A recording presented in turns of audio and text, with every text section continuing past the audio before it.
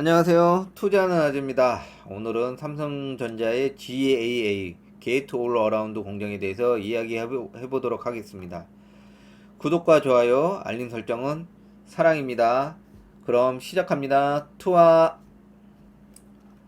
일단 제목은 삼성전자 GAA 3나노의 시크릿이라고 지어봤습니다. 이 내용은 저희 브런치에 글을 공유하고자 이렇게 영상으로 만든 것이니 참조하시고요. 이제 글로 보고 싶으신 분은 저희 브런치에 투자하는 아재를 검색하셔서 들어가시면 보실 수 있습니다. 브런치도 구독해 주시면 감사하고요. 이 내용에 앞서서 우리가 조금 알아야 될 게 있어요. 그게 뭐냐면 3나노의 명명법. 그러니까 삼성전자 명명법이 크게 두 개로 나뉘어요. LP하고 LPP인데 이제 로우 파워 얼리 그리고 로우 파워 플러스 이렇게 해서 두 개로 나눕니다. 이렇게 크게 두 가지로 나눌 수 있는데 이제 경쟁상 TSMC 5나노를 얘기한다 그러면 N5, M5P 이렇게 나누거든요. 그거랑 비슷하다고 보시면 돼요. 그 뒤에 이제 LP는 똑같이 들어가고 뒤에만 이렇게 달라진다. 그래서 X라고 이렇게 흐릿하게 돼 있죠. 뭐 LPC, LPU 이렇게 이제 발전되면서 이제 게이트 올라운드, GAA 이렇게 명명법을 알아봤으니까 이제는 구조에 대해서 알아보도록 하는데요. 게이트 올 어라운드는 내면이 닿는 면적입니다. 그리고 핀팩 공정은 세면적이 닿고 있고요. 그 전의 단계는 플래너 팻이라고 있습니다. 플래너 팻은 한 면적이 닿아요. 그림에서 보면 이렇게 한 면적. 핀팻은 세 면적이 닿습니다. 반면에 게이트 올 어라운드 GAA 팻은 네 면이 이렇게 닿죠. 이거를 단면적으로 이렇게 보면 비교하기 쉽게 플래너 팻은 이렇게 면적이 한 면적입니다. 핀팻은 세 면적이에요. GAA는 이렇게 네 면적, 면적이 닿는 면적이 굉장히 많죠. 그러면 왜 이렇게 발전이 됐을까? 우리는 여기에서 터널링 현상을 알아야 합니다. 이제 미세 공정을 단순하게 동일 면적 안에 낮은 전력으로 높은 집적도의 트랜지스터를 구현하는 것으로만 생각하기 쉽습니다. 하지만 이 터널링 현상이 일어나면 설계된 대로 전자가 이동하지가 않아요. 오작동도 일으키고 이러기 때문에 누설 전류도 생기고 이러기 때문에 이것을 해결하는 것이 어렵기 때문에 공정 발전이 좀 갈수록 어려워지는 겁니다. 더뎌지는 겁니다. 그래서 이러한 터널링 현상을 최대한 줄이기 위해서 물성이 좋은 소재와 공정의 발전이 이루어졌는데도 불구하고 한계치에 봉착하게 돼요. 그래서 핀팻 GAA 공정으로 이렇게 구조적인 변화를 모색하게 되는 겁니다. 그래서 여기서 보면 또 GA 공정도 큰 글씨는 똑같은데 작은 글씨를 보시면 나노 와이어, 나노 시트, GAA, 그 다음에 MBC 팻 이렇게 뒤에 거는 돼 있어요. 닿는 면적이 짧은 선의 개념으로 이렇게 돼 있는 걸 나노 와이어. 지금이 1세대겠죠. GAA 1세대.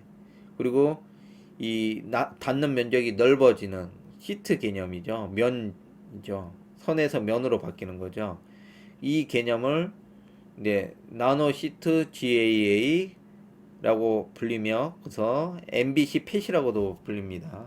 근데 여기서 한 가지 삼성전자의 GAA 1세대 성능적인 부분에서 아쉬운 부분이 있는데요. 전문가들은 이 반도체의 성능의 척도인 PPA 있잖아요. PPA. 이 PPA의 A 부분, 집적도를 담당하는 A 부분이 조금 아쉬움을 드러내고 있습니다. 옆에 자료 화면에서 이렇게 보시면 아시겠지만 이 삼성전자가 이 7나노까지는 거의 동등한 집적도로 경쟁을 하고 있었습니다. 물론 이제 7나노부터 조금 시기적으로는 좀 차이가 있긴 있었어요. 하지만 집적도적인 측면에서는 비슷하게 따라갔는데 5나노에서는 격차가 이렇게 확 벌어집니다. GA 공정 3나노 1세대가 성능이 그렇게 좋지 않는 삼성전자 5나노 LPE 공정을 기준으로 집적도를 16% 정도밖에 못 올렸다는 게 조금 아쉬움입니다. 반면에 이제 GAA 공정의 구조적인 특성상 앞에 이제 파워, 퍼포먼스, 전력과 속도에 해당되는 부분은 굉장히 큰 성능 향상을 보여줬어요. 하지만 이 집적도에서는 거의 엇비슷한 수준으로 밖에 안 돼요. 그 TSMC 5나노 공정과. 예. 그렇기 때문에 이런 부분들을 고려를 해보면 집적도에 대해서 굉장히 큰 아쉬움이 남을 수밖에 없죠. 그러면 왜 이렇게 이 집적도의 성능 차이가 벌어졌냐? 이거는 TSMC가 애플의 물량을 독점하고 나서부터입니다. 기존에는 보통 파운드리는 다품종 소량 생산이라는 파운드리의 벽이라고 일컬어지는 부분이 있어요. 근데 이러한 부분들을 애플이 허물어지게 만들어 줍니다. 그래서 A 시리즈 AP를 전량을 TSMC에게 맡기면서 2억 개 가까운 M칩하고 합쳐서요. 2억 대 가까운 소품종 대량 생산에 길을 터주게 됩니다. TSMC는 그거를 발판으로 해서 수율 향상과 공정 향상에 손쉽게 다가갈 수 있었고, 반면에 삼성전자는 소품종 다량 생산에 이 벽을 허물지 못했죠. 애플이 이제 물량을 주지 않았으니까 어려운 싸움을 계속 할 수밖에 없었습니다. TSMC와.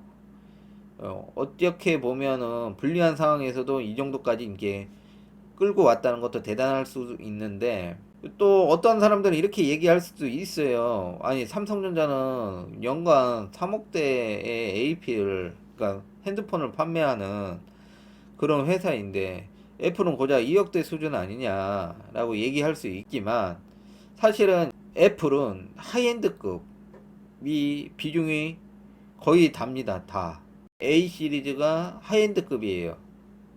근데 반면에 요 그림에서 보듯이 이 스냅드래곤과 하이엔드도 병행해서 나눴습니다.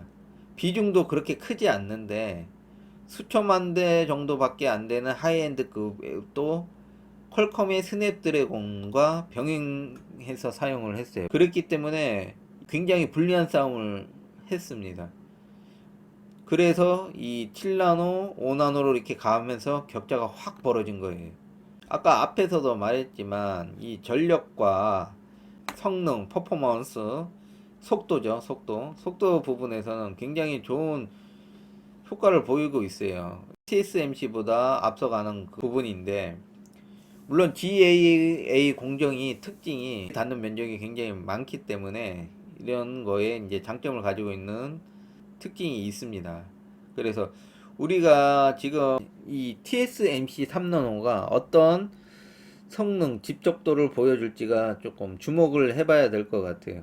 기존에 여기서 보면은 음영으로 이렇게 있지만, 지금 요 파란 게 삼성전자의 3나노의 집적도입니다.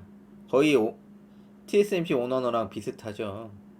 GAA 공정임에도 불구하고, 물론 나머지 파워, 퍼포먼스는 더 뛰어납니다. 이게 집적도만을 비교한 겁니다. 근데 TSMC에서 말하는 이제 3나노의 집적도는 지금 수치처럼 굉장히 높습니다. 이번에 이제 6월에 열린 테크놀로지 심포지엄에서 N3E 공정을 사실은 다운그레이드한 노드 공정을 발표했어요. 기존에 자기네들 목표했던 것보다 굉장히 3나노의 난항을 겪고 있는 것 같습니다. 그래도 아직 삼성전자보다 굉장히 높은 목표치를 가지고 있다. 그것도 핀핏인데 올해도 어려울 것 같고, 내년 내후년이 돼야 될 것 같아요. 그러면 거의 삼성전자의 게이트 올 어라운드 GA 2세대랑 비슷한 시기가 맞닿거든요. 그렇게 되면 그게 이제 진검승부가 날 것 같기도 해요. 삼성전자는 2세대 집적도가 35%로 지금 기존 16%에서 삼성전자의 5나노 LP 공정 대비해서 35% 혁신적으로 이렇게 발전이 되거든요. 집적도를 굉장히 크게 향상시킬 수 있다. 정정합니다. 35%가 아니고 38%네요. 굉장히 높은 집중도를 향상시킬 수 있기 때문에 그때는 좀 싸워볼만 하지 않느냐 라는 생각도 듭니다. TSMC는 공식적으로 발표를 했죠. 2나노에서 GAA 공정을 도입하겠다라고 했기 때문에 이제 삼성전자에 도움이 되지 않을까, 격차를 줄이는데. 그런 생각을 합니다. 제가 이런 영상을 만든 이유 중에 하나가 유튜브나 이런 걸 보면 삼성전자가 굉장히 앞서는 것처럼, 아니면 TSMC를 역전한 것 마냥 그렇게 얘기하는 언론이나 그리고 그런 유튜버들을 보고 좀 얘기를 해야겠다라는 생각이 들어서 그랬고요. 저도 처음에는 그런 식으로 생각을 했어요. 근데 공부를 해보니까 그게 아니더라고요. 아직은 이 삼성전자가 새로운 공정을 도입을 했지만 앞섰다고는 절대로 볼 수 없다라고 이제 생각이 들고요. 1, 2년 후에 삼성전자의 3나노 2세대 공정과 TSMC의 3나노하고의 성능의 차이가 애플의 수주를 받을 수 있는지가 결정될 것 같습니다. 근데 사실상 애플의 수주의 의미가 핀펫에 비해서는 조금 희색됐어요. 왜냐하면 기존에 이제 삼성전자는 그림에서 보듯이 이렇게 핀의 개수를 조절해 가고 셀의 크기를 조절해 가면서 고객들의 니즈를 충족했거든요. 그러면서 칩을 생산을 했는데 참 어렵겠죠.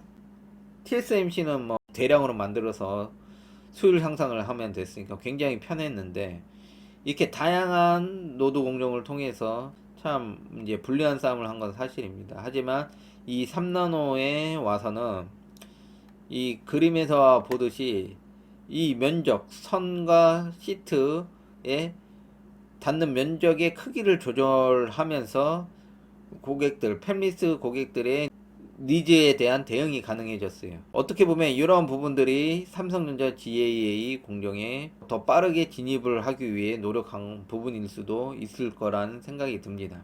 우리가 투자자로서 꼭 알아야 될 부분들을 5가지 정도로 이렇게 요약을 해봤는데요.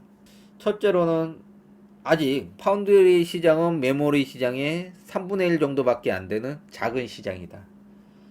그리고 둘째로는 파운드리 시장도 지금의 메모리 시장처럼 언젠가는 독점과 과점의 시간을 지나서 독과점의 안정기에 들을 것이다.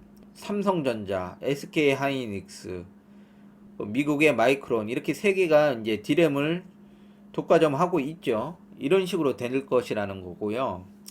그리고 셋째는 현재 가장 유력해 보이는 후보군은 삼성전자, TSMC, 인텔 정도로 보입니다. 넷째로는 이 삼성전자가 GAA 공정을 선점하면서 GAA 공정 2나노 진입에 또 훨씬 유리한 고지에 선점한 것은 분명해 보이고요.